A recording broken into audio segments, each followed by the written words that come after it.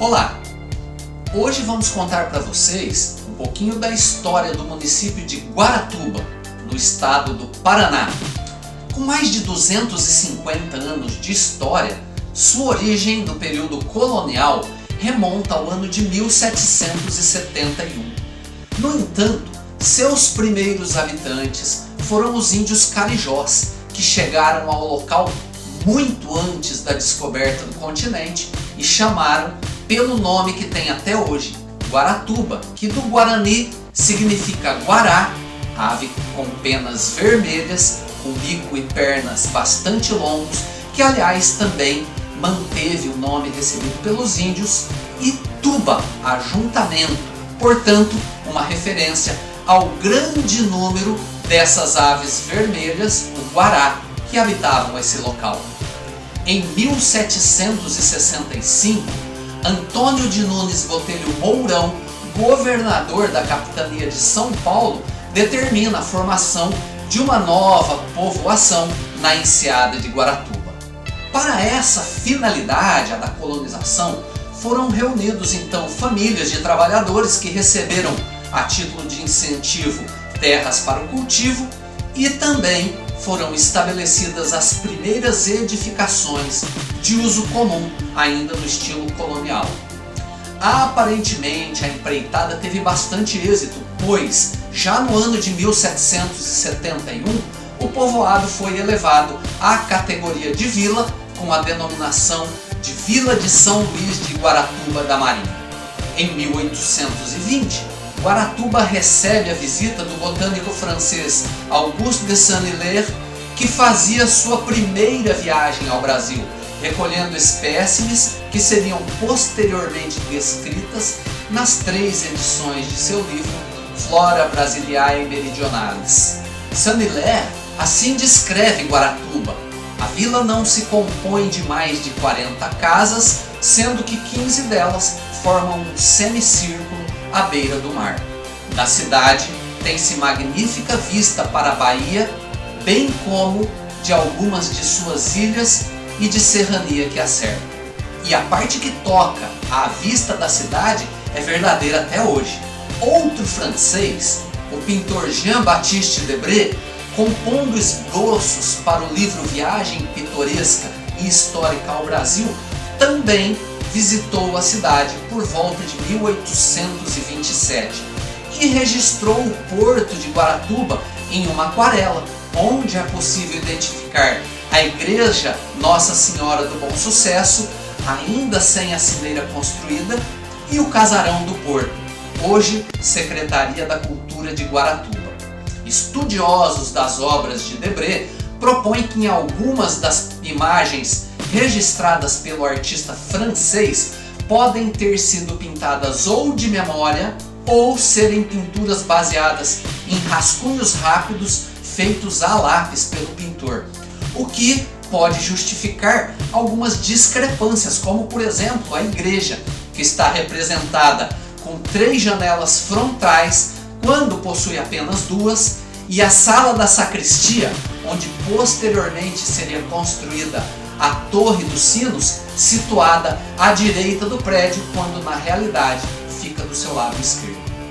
Em 1892, Guaratuba é reconhecida como município e tem seu primeiro prefeito, mas em 1938 retorna a ser distrito de Paranaguá, situação que vai perdurar até o ano de 1947, quando foi restaurada sua autonomia municipal.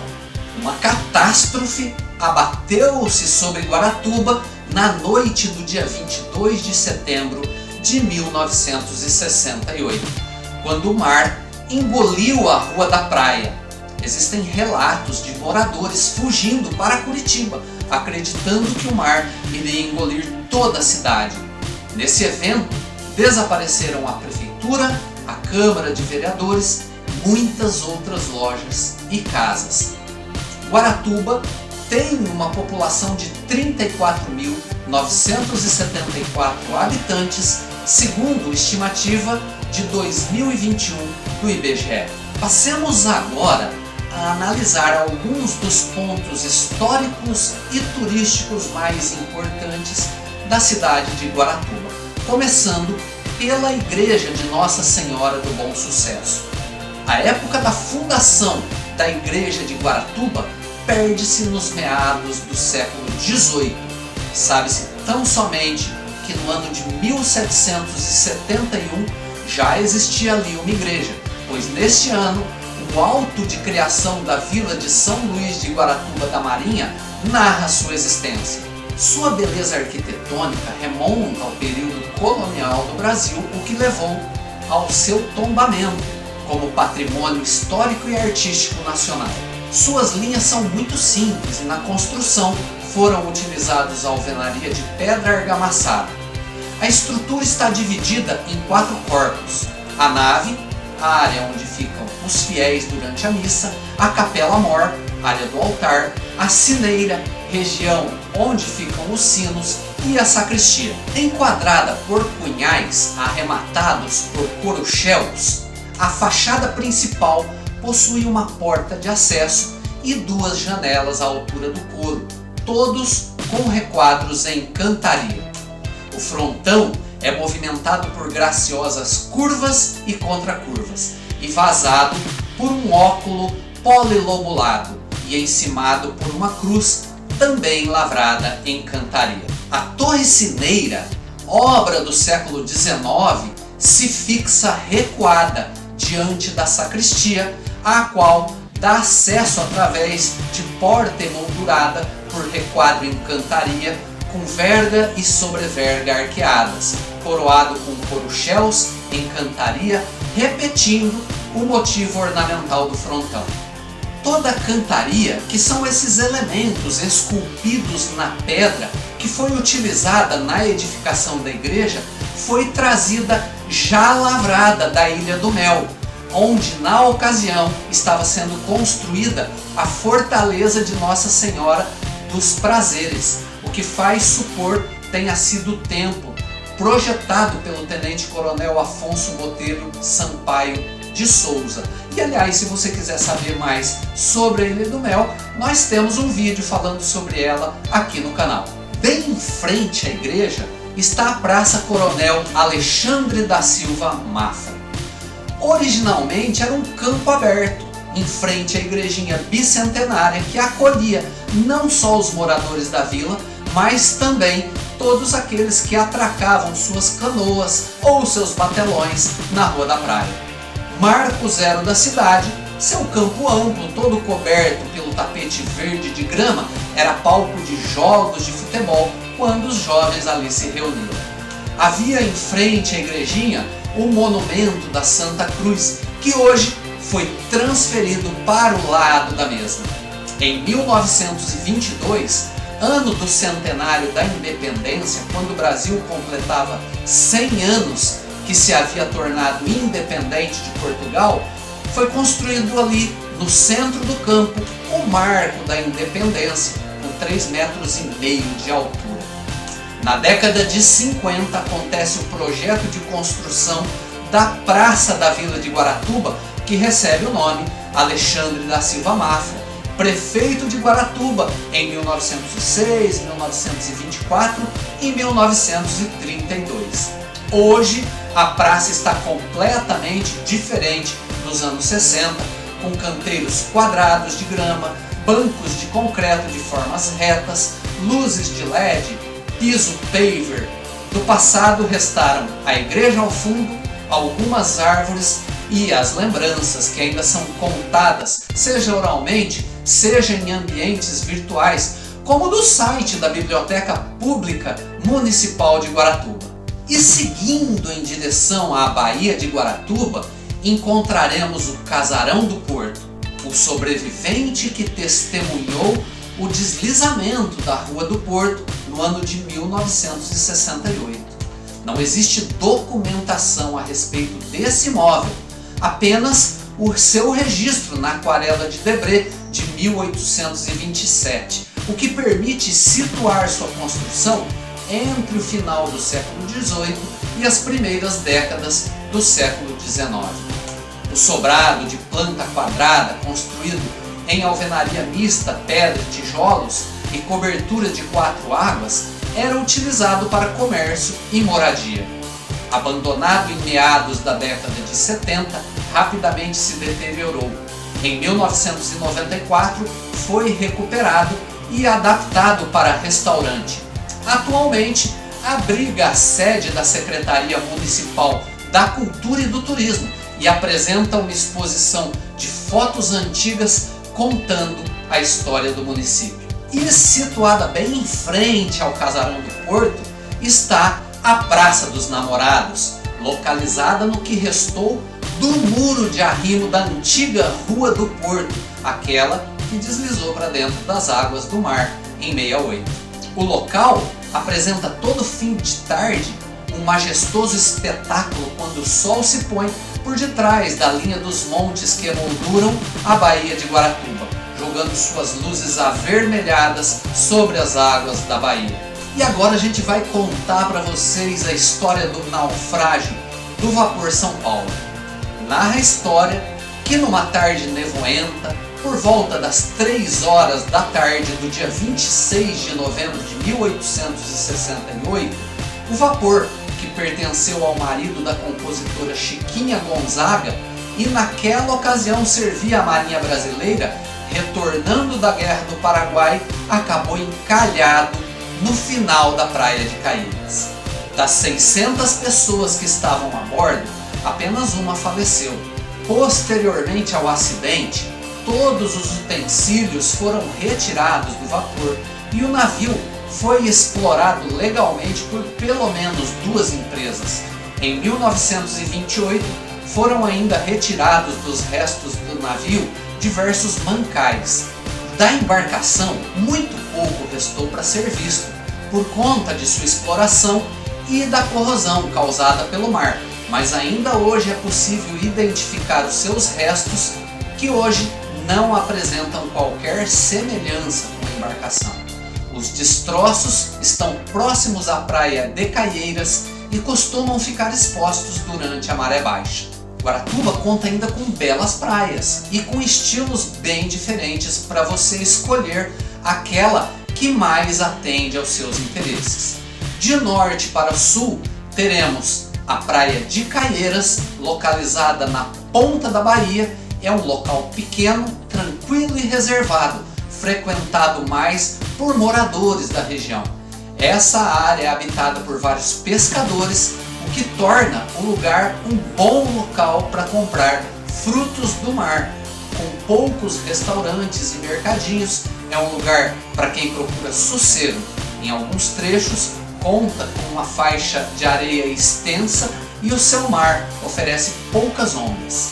A Praia Central, também conhecida como Praia de Guaratuba, é a praia mais movimentada de Guaratuba e também a que mais recebeu investimento em infraestrutura, contando com bancos, calçadas, ciclovia, jardins floridos, escadarias que dão acesso à faixa de areia, entre outros.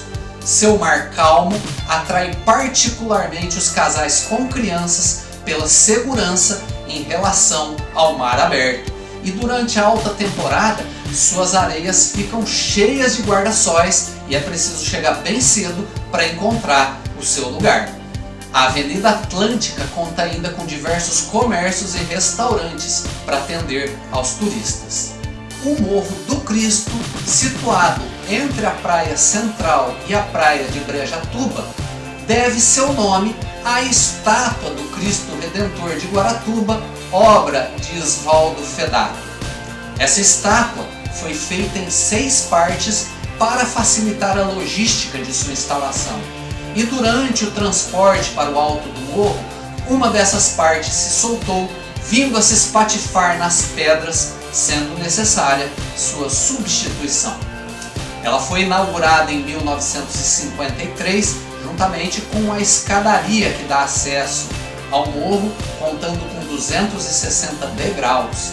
Durante a Segunda Guerra Mundial, soldados do 20º Batalhão de Infantaria de Curitiba utilizavam esse local como posto de observação, e de seu alto é possível ver toda a Praia Central e grande parte de Guaratuba e das demais praias do município, à exceção de Caieiras.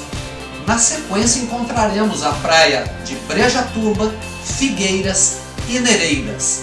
Essas praias têm águas mais agitadas, pois essa parte do litoral está situada em mar aberto. Nesses locais é mais comum encontrar pessoas praticando surf. Possui poucos comércios em sua volta e oferece diversas opções para hospedagem. E já chegando próximo da divisa com o estado de Santa Catarina, temos a praia de Coroados e a Barra do Saí. Esses são os locais mais tranquilos de Guaratuba, sendo pouco frequentado por turistas por conta de sua distância com o centro da cidade. Por se tratar da sequência das praias de mar aberto do município, suas águas agitadas também atraem o público surfista. A praia praticamente não possui comércios próximos e é o lugar perfeito para quem quer curtir a praia sem ser incomodado. E agora a gente vai falar de um meio de transporte que acabou ganhando a atenção dos turistas. Estamos falando do ferryboat Guaratuba-Matinhos. A travessia da Baía de Guaratuba pelo sistema de ferryboat foi implantada em 1960 como uma solução de transporte para os moradores de Guaratuba, mas foi rapidamente assimilado também pelos turistas e veranistas. Hoje, além de ser uma importante rota para veículos, é também uma atração turística tanto para brasileiros como para visitantes de outros países. A travessia oferece belas vistas da Baía de Guaratuba e em especial da Ilha dos Ratos. Agora a gente vai falar um pouquinho do Largo e da Fonte da Carioca. Essa foi a primeira fonte que abasteceu a comunidade na época da colonização de Guaratuba. A Fonte da Carioca teve a sua caixa construída em 1858 pelo capitão Manuel Pereira Liberato, e nessa obra foram instaladas 2 bicas de ferro e calçamento na parte externa, mas o local foi usado desde o início da colonização em Guaratuba, servindo como fornecimento de água.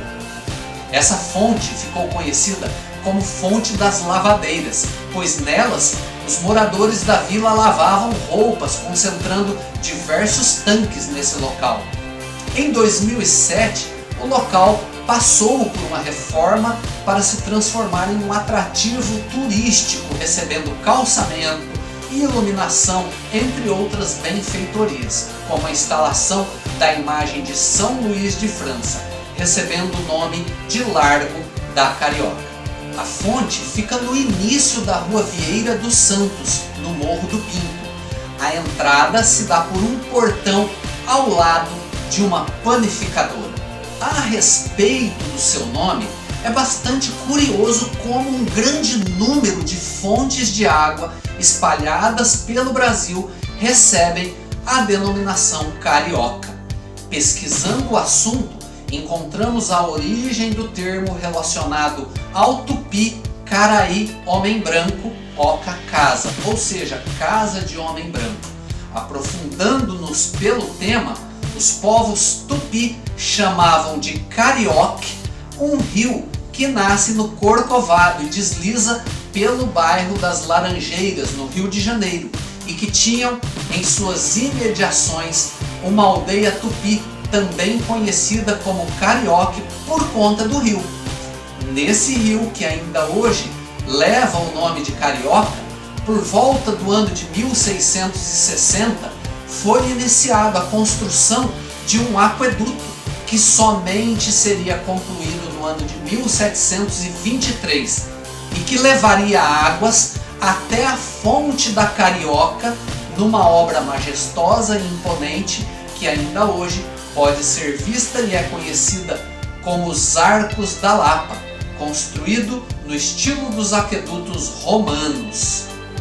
Minha opinião é que a grandeza e beleza dessa obra, construída no período colonial e que impressionou até mesmo os nativos, tenha projetado no inconsciente coletivo a ideia vinculada ao nome Fonte da Carioca que passa a representar não mais um nome próprio daquela fonte do Rio de Janeiro, mas um substantivo comum representando a própria fonte de água, mais ou menos como entre os anos 80 e 90, ao pensar em palha de aço, não se pensava na palha de aço, mas no nome Bombril.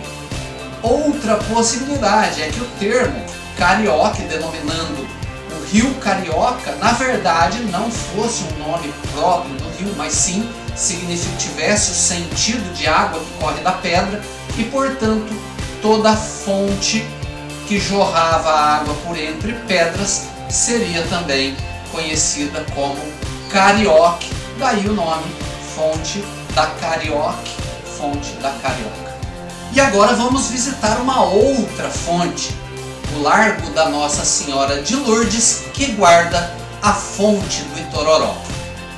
A fonte leva o mesmo nome do rio Paraguai, o Itororó, palco de uma das batalhas da campanha da Tríplice Aliança, cuja vitória viria sob o comando de Marquês de Caxias, mas o seu nome é a única relação entre esse evento e a nossa fonte.